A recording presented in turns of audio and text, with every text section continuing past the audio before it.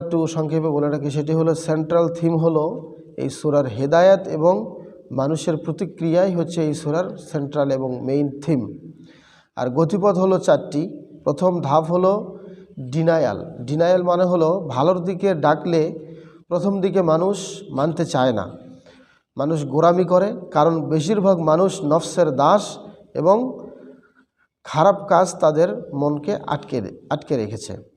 দ্বিতীয় ধাপ হলো অ্যাটাক বা দোষারোপ, অর্থাৎ এই ধাপে এসে দায়ীকে দোষারোপ করবে। এই ধাপটাই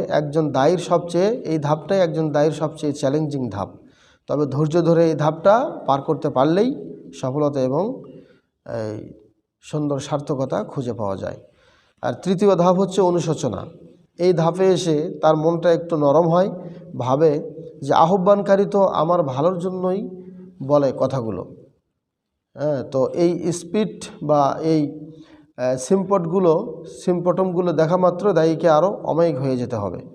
চতুর্থ ধাপ হচ্ছে মেনে নেওয়া। এই ধাপে এসে সে মেনে নেয়, বুঝতে পারে এতদিন সে যে পথে ছিল বা সে বলে যে পথে ছিলাম তা ছিল খারাপ পথ, গুনাহের পথ। আন্তরিকভাবে তওবা করার কারণে তার দিলটাও তখন ভরে ওঠে শুদ্ধতায়।